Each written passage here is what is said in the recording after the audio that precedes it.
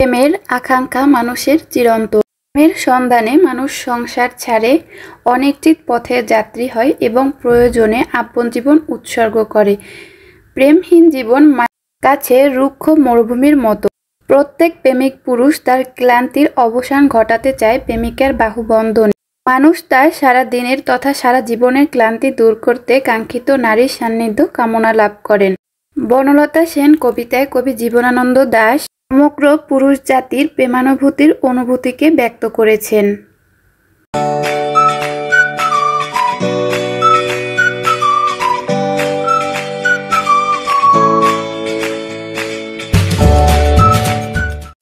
আসসালামু আলাইকুম, hello everyone, আমি স্বপ্নের ব্লগ অ্যান্ড কুকিং চ্যানেল থেকে বলছি।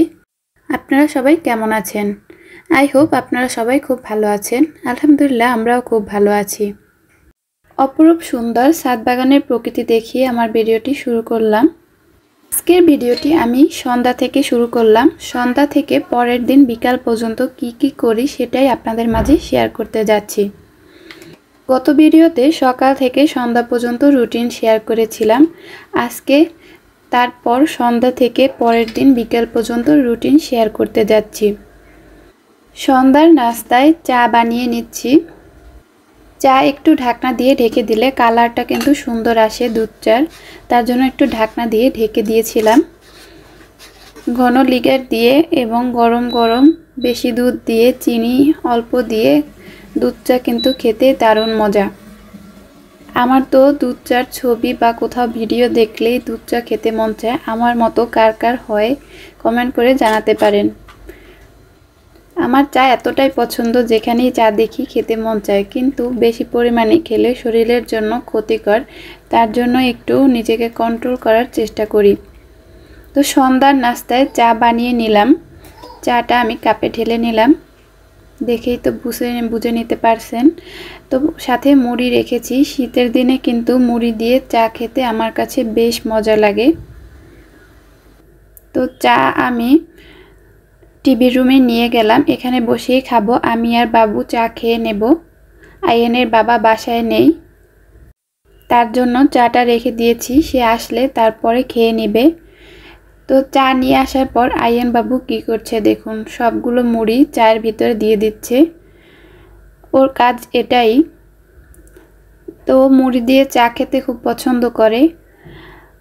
সারাদিনই বলে আম্মু চা খাবো, কিন্তু চা খাওয়া যেহেতু বাচ্চাদের জন্য শরীরের পক্ষে ক্ষতিকর, তার জন্য একটু কম দেওয়াই চেষ্টা করি। শীতের দিন যেহেতু মাঝে মাঝে একটু দেই। তো চাটা নিয়ে এখন গরম, তারপরে ফু দিচ্ছে। যেহেতু প্রচণ্ড শীত পড়েছে, তাই আমি চেষ্টা করি সন্ধ্যা রাতেই সকালের জন্য কিছু একটা বানিয়ে রাখার। সেটা রুটি হোক বা খিচুড়ি, বিভিন্ন নাস্তার আইটেম। এমনিতেও বাহিরে এতটা কুয়াশা পড়ছিল আর ঠান্ডা আবহাওয়ায় মনে হচ্ছিল যে খিচুড়িটা রান্না করলে ভালো হবে। সাথে যেহেতু রান্না করা হাঁসের মাংসের কালাভুনা আছে এবং আচারও বানিয়েছিলাম, তো সব মিলিয়ে খাবারটা কিন্তু জমে যাবে। তার জন্যই খিচুড়ি রান্নার প্রস্তুতি নিয়ে চলে আসলাম। এখানে আমি খিচুড়ি রান্না করতে যা যা লাগবে সব কিছুই কিন্তু সাজিয়ে নিয়েছিলাম। তো পেঁয়াজটা একটু ভাজা ভাজা হয়ে আসলে তো চাল আর ডাল আর আলু টমেটো এগুলো দিয়ে নিচ্ছি। আমি একটু মাখো মাখো টাইপের খিচুড়িটা রান্না করার চেষ্টা করব, কিন্তু শেষ পর্যায়ে কিন্তু একটু মানে জুড়াই হয়ে যায়। আমার খিচুড়িটা মাখো মাখো হতে চায় না কেন জানি। তো তাও আবার চেষ্টা করছি, একটু মাখো মাখো খিচুড়িটা কিন্তু খেতে ভালো লাগে এই শীতের সিজনে। তো পাশেই কিন্তু বেগুন কেটে রেখে দিয়েছি, এটা ভেজে নেব লবণ হলুদ দিয়ে, মানে খিচুড়ি বেগুন ভাজা, সাথে হাঁসের কালাভুনা আর আচার থাকছে। তো পানি দিয়ে দিলাম, পানিতে বলক চলে আসলে কিন্তু ঢাকনা দিয়ে ঢেকে দিব। আর এপাশ দিয়ে আমি বেগুনটাকে একটু লবণ পানিতে ভিজিয়ে রেখেছিলাম, এতে করে কিন্তু আপনাদের তেলটা একটু কম পরিমাণে বেগুনটা চুষে নেবে। তো লবণ হলুদ দিয়ে আমি বেগুনটা এপাশে মেখে রেখে দেব। খাওয়ার ঠিক আগ পর্যায়ে ভেজে নেব, তাতে করে কিন্তু বেগুনটা একটু ক্রিস্পি এবং গরম গরম খেতে ভালো লাগে। এখানে আমার খিচুড়িটা প্রায় হয়ে এসেছে। তো একটু গরুর মাংসের তেল ছিল, সেটাও আমি ভিতরে দিয়ে দিয়েছি, ফ্লেভারটা খুব সুন্দর আসবে তার জন্য। আর এই যে আমার হাঁসের মাংস কিন্তু কালকে আমি রান্না করেছিলাম, সেটাই অল্প পরিমাণে ছিল, তো সেটা দিয়ে খিচুড়িটা খেয়ে নিব। এপাশে আমি বেগুনটা ম্যারিনেট করে রেখেছি। সকালের নাস্তার জন্যই কিন্তু খিচুড়িটা তৈরি করেছিলাম, কিন্তু আইয়ানের বাবা যেহেতু খুব ভোরে সকালে বাসা থেকে চলে যায় এবং নাস্তাটাও অফিসে করে, তার জন্য ভাবলাম যে রাতেই খাবারটা একটু খেয়ে নেব, আর বাকিটা ও সকালে আমি আর বাবু খেয়ে নেব। তার জন্য রাতেও খাওয়া হয়েছিল। তো এখানে আমি একটু টেবিলগুলো মুছে নিচ্ছি, প্রচুর ধুলা পড়েছিল, রাতেই কাজটা করে রাখার চেষ্টা করছি। দিনের বেলা সকালে যেহেতু অনেক কাজ করতে হয়, সকালবেলার নাস্তা, তারপর দুপুরে রান্না বান্না, টুকটাক কিন্তু অনেক কাজই থাকে আমাদের দিনের বেলা। তো আমি চেষ্টা করি যে রাতের বেলা অনেকটা কাজ এগিয়ে রাখার। এভাবে এগিয়ে রাখলে কিন্তু দিনে একটু সময় পাওয়া যায় নিজেকে দেওয়ার মতো। তো ল্যাপটপটা দেখলাম যে খুব ধুলা পড়েছে, তো ভাবলাম যে একটু মুছে নেই। ভালোই ধুলা পড়েছে, তাই টিস্যু দিয়ে একটু মুছে নেওয়ার চেষ্টা করছি। এই শীতের দিনে কিন্তু কাজ করতে খুব আলসে লাগে, সারাদিন মনে হয় যেন শুয়ে বসে কাটাই, কিন্তু আমাদের গৃহিণীদের তো আর শুয়ে বসে কাটালে কাজ হবে না। যদি একদিন শুয়ে বসে কাটাই তাহলে পরের দিন 2 দিনের কাজ একসাথে করার লাগে। তার থেকে আমি মনে করি প্রতিদিনের কাজ প্রতিদিন করে ফেলাই ভালো। তো বিছানাটা এলোমেলো করে রেখেছে, তো ভাবলাম যে বিছানাটাও একটু ঠিক করে নেই। এই যে আইয়ান বাবু টিভি দেখছে। এই শীতের দিনে বিশেষ করে পানির কাজগুলো করতে কিন্তু বেশি কষ্ট হয়। যে ওই দিক দিয়ে কিন্তু আমার রান্নাটা হচ্ছে, আর এদিকে আমি একটু বিছানাটা গুছিয়ে নিচ্ছি। ড্রয়িং রুমের বিছানাটা একটু গুছিয়ে নিচ্ছি। বিছানাটা একটু ঝাড় দিয়ে পরিষ্কার করে নিচ্ছি, যাতে করে উপরে ধুলা ময়লাগুলো সরে যায়। তো আমার কিন্তু বিছানাটা গুছিয়ে নেওয়া শেষ। আর এখানে একটা জগে গ্লাসে পানি রাখা লাগে আইয়ান বাবুর জন্য। আইয়ান বাবু প্রচুর পরিমাণে পানি খায়, তো বারবার যে আনার থেকে আমি ওখানে একটা পানি রেখে দিই ওর জন্য জগে করে। তো আমার ডাইনিং রুমটাও কিন্তু গুছিয়ে নিয়েছি, একটু পর যেহেতু খাবার দাবার পরিবেশন করব তার জন্য গুছিয়ে নিলাম। আর এদিকে বেডরুমটা কিন্তু এখন গুছিয়ে নেব, যেহেতু এমনিতেও রাতে শোবার আগে বেডরুমটা গুছিয়ে নিতে হবে। এখন বেগুনটাকে ভেজে নিচ্ছি একটু লবণ আর হলুদ দিয়ে, আর এইদিকে খিচুড়িটা একটু গরম করে নিচ্ছি। লবণ হলুদ দিয়ে ভেজে নিলে কিন্তু মচমচে হয় বেগুনটা। আমি লবণ হলুদ দিয়ে ভেজে তারপরে উপরে একটু কাঁচামরিচ আর পেঁয়াজ ভাজি করে দিয়ে দিয়েছি। আর মরিচ দিয়ে ভাজলে কিন্তু পুড়ে যায়, একটু তিতা লাগে বেগুনটা খেতে, সেটা আমার কাছে ভালো লাগে না। তো এখানে খিচুড়িটা বেড়ে নিচ্ছি, আমি আর আইয়ানের বাবা খেয়ে নেব, আর আইয়ানকে খাইয়ে দেব আমি। তো বেগুনটা নিয়ে নিলাম, লেবু নিয়ে নিয়েছি, আর এদিকে যে হাঁসের মাংসের কালাভুনাটা সেটাও নিয়ে নিলাম। হাঁসের মাংসের কালাভুনার রেসিপিটা দেখতে চাইলে আমার চ্যানেল থেকে ঘুরে আসতে পারেন। তো আর দেখতে দেখতে যদি আমার ভিডিওটি ভালো লেগে থাকে অবশ্যই আমার চ্যানেলটি সাবস্ক্রাইব করে পাশে থাকবেন। পাশে থাকা বেল বাটনটি প্রেস করে দিবেন, যাতে করে নতুন ভিডিও ছাড়ার সাথে সাথে আপনারা পেয়ে থাকেন। তো খাওয়া দাওয়া শেষ করে নিলাম, সাথে আচারও দিয়েছিলাম। পরের দিন সকাল থেকে ভিডিওটা শুরু করলাম। এখানে পরের দিন সকালে যে বাকি খিচুড়ি ছিল সেটাই গরম করে নিচ্ছি। পরের দিন সকালে এই যে এখানে আমার মোবাইল স্ট্যান্ডটা রাখা আছে, তো যে বাকি খিচুড়ি ছিল আর মুরগির মাংস সাথে বেগুন ভাজা আর আচার নিয়ে আমি খেয়ে নিলাম। ঝটপট যদি নাস্তাটা রেডি করা থাকে তাহলে দিনে ভালোই লাগে, তার জন্যই তো রাতে রেডি করে রাখার চেষ্টা করি। সকালের নাস্তা শেষ করে এখানে যে রাতে ধুয়ে রাখা থালা বাটিগুলো তুলে রেখে দিচ্ছি। ভিডিওটি ভালো লেগে থাকলে প্লিজ একটি লাইক দিয়ে দিবেন।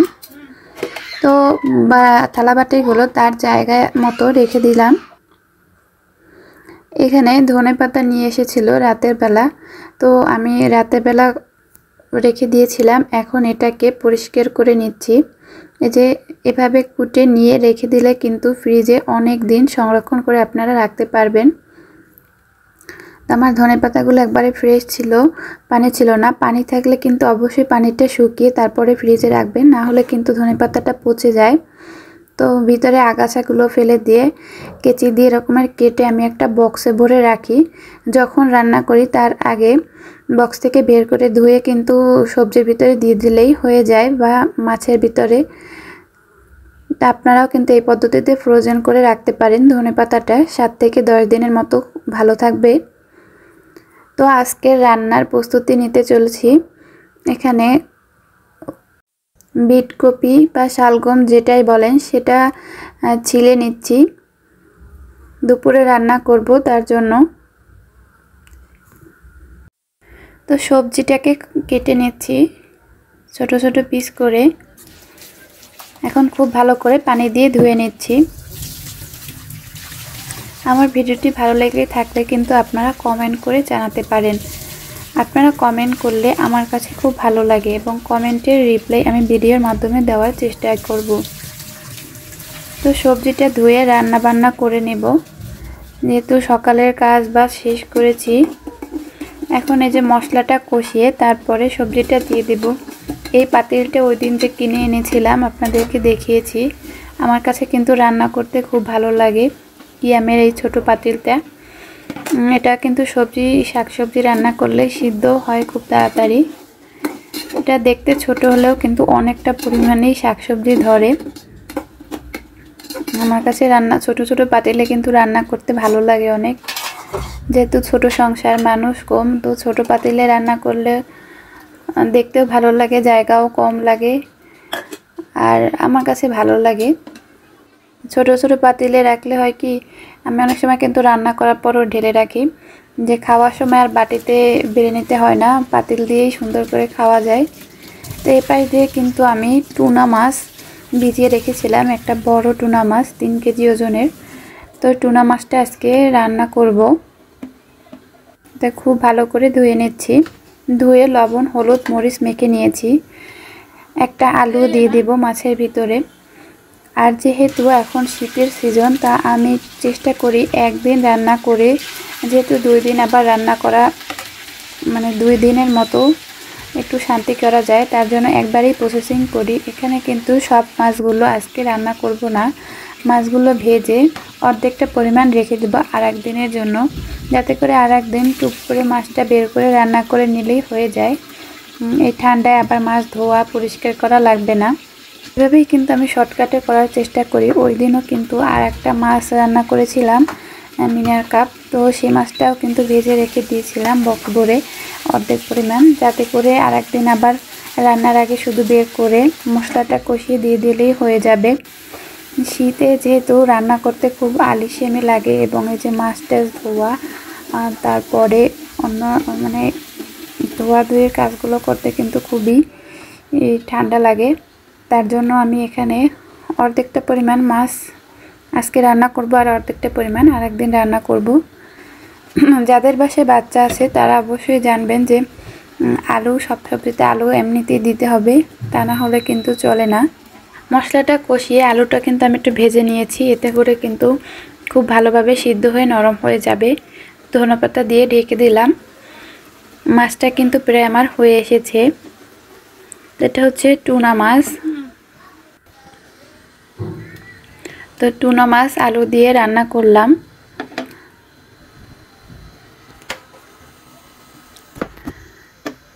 আর এইদিকে হচ্ছে ওই যে শালগমটা আলু দিয়ে রান্না করেছি, এটা একটু ঝোল রয়ে গেছে বেশি, আর একটু ঝোল টানাতে হবে। তো এদিকে কিন্তু বিকেল হয়ে গেছে, বিকেলে আমি আচার বানানোর প্রস্তুতি নিচ্ছি। আচারের ভিডিওটি দেখতে চাইলে আমার চ্যানেলেই চোখ রাখুন, আচারের ভিডিওটি আসবে। তো এখানে আমি আচার বানানোর প্রস্তুতি নিচ্ছি, জলপাই আচার শীতকালে। আচার বানানো শেষ। সবাইকে ধন্যবাদ আমার ভিডিওটি দেখার জন্য। আবারও দেখা হবে নতুন কোনো ভিডিওতে। সেই পর্যন্ত সবাই ভালো থাকবেন। আল্লাহ হাফেজ। তো এটা কিন্তু কিছুদিন আগে বানিয়েছিলাম সেই আচারটা, আর ওই আচারটা কালকে বানিয়েছি সেটা। তো সেটার কালারও আসবে আস্তে আস্তে। তো আল্লাহ হাফেজ সবাইকে। আসসালামু আলাইকুম।